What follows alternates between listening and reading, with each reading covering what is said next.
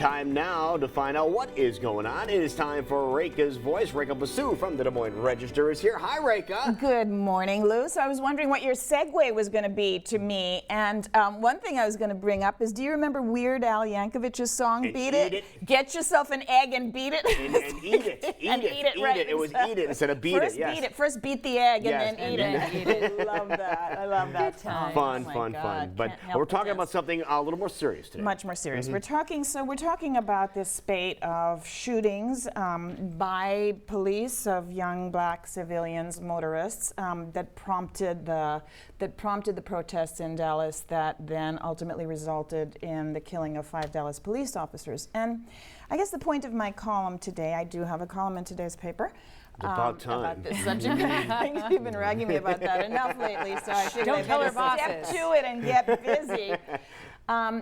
The point of my column is I guess I'm a little bit leery about the way in which some in the media and some commentators have been framing this as kind of the pitting of two forces against each other, the black community and the police, because I don't see it that way. I think it's all good people against bad people, basically, Right. is what's going on here. And, you know, the police, I don't know of a single person associated with Black Lives Matter, or for that matter, with any group who would have condoned what happened to police, those 5 police officers who were killed in Dallas. It was a horrible thing.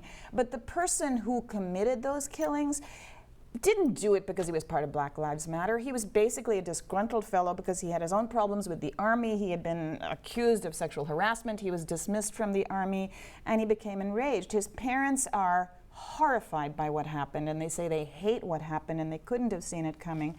But again, here's a case of someone who was mentally deranged, or whatever was going on in his life was not detected enough to be able to stop him. And he was opportunistic. He took advantage of the fact that this protest was going on. And because he happened to be black, it got caught up in this whole narrative of, you know, Black Lives Matter is against cop or is violent towards cops, which is just not the case at all. I think it was a situation. I don't think it could be totally ignored. I don't think it was totally out of his mind, but I think it's just something that it presented himself and he took advantage of it. Right, That was exactly. Yeah. But I guess that the larger point I'm trying to make is, while we all absolutely should mourn and grieve and condemn the killing of police officers, that doesn't happen that often. That's more of a random shooting than the kinds of shootings that we are seeing of black civilians, motorists around the country, which is happening with much greater frequency. Shootings by police officers because they were stopped and racially profiled, in large part because they were black or because they were driving a certain kind of car. Now, the 2 cases that were the subject of these protests recently, one happened in Minneapolis and the other in New Orleans, right?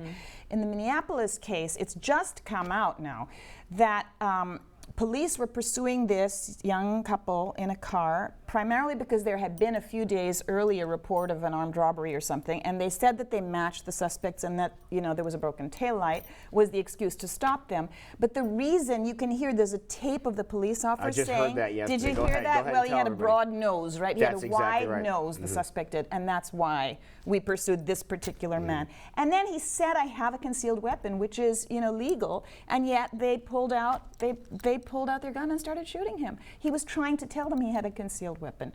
And this is part of the problem, is that, you know, the same forces who are taking umbrage, many of the same forces who are getting terrified when you see a black man with a weapon, are the ones who are insisting that everybody should be allowed to carry a concealed weapon or an open weapon, and that's just dangerous. That puts everyone in danger. So it's the intersection of all of these different things that's going on. You know, our liberal, lax gun laws that allow everyone to have a weapon, this racial profiling by police that, you know, someone who has a broad nose was spotted driving a car, and here's a guy with a broken taillight, so we have an excuse to stop him, and then start shooting because we're suspicious.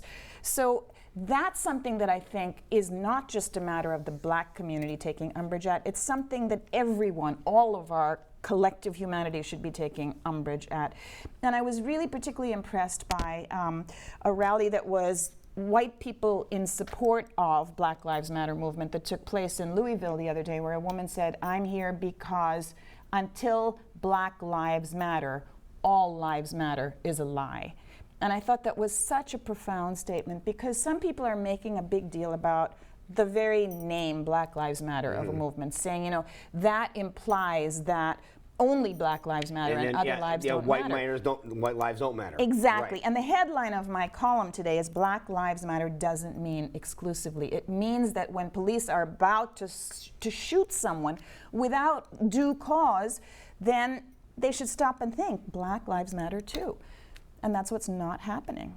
Did you see the president's speech yesterday? I did, and What I did thought you he was think of very that? good. I thought he was very good. I mean, he touched upon a lot of things. It wasn't the time for him to really go into the whole Black Lives Matter movement and the grounds, the legitimate grounds for grievance. But he did step into that arena. He did a little bit, while also really appropriately honoring the slain police officers, and I thought he did a fine balancing act with that. I thought the Dallas police chief has been doing I'm hearing incredible more and job, more about I've him. So seen more impressed. response to his words on social media. A friend saying after his words, they've called their local police department saying, how can I help? Is there a place I can volunteer? Is there a way I can give back? It's like those are the changes that need to be implemented so you can help your communities, as opposed to bringing hate or rebellion back into it, or whose lives matters or what. How can I give back? How can I make my community understand and be a better place? So I feel like many people are responding to his words. Absolutely, and in fact, the very closing line of my column was, you know, when he addressed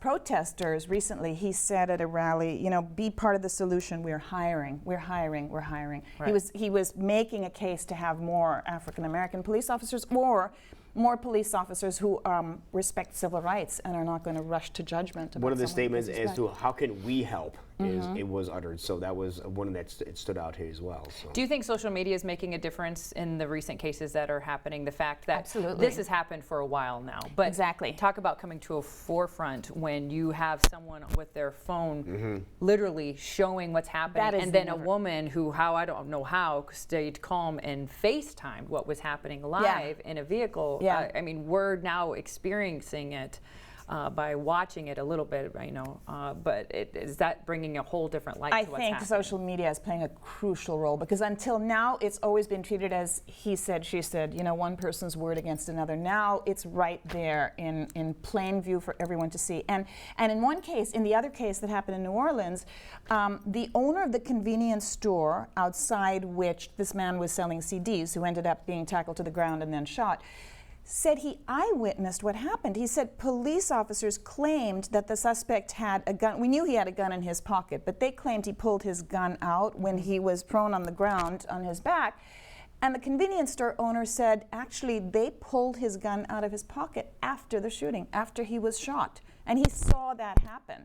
So, I mean, video, there was cell phone video taken also, and many of us have seen some of that showed that it was impossible for this man to have reached into his pocket and pulled out his gun because his hands were being pinned down.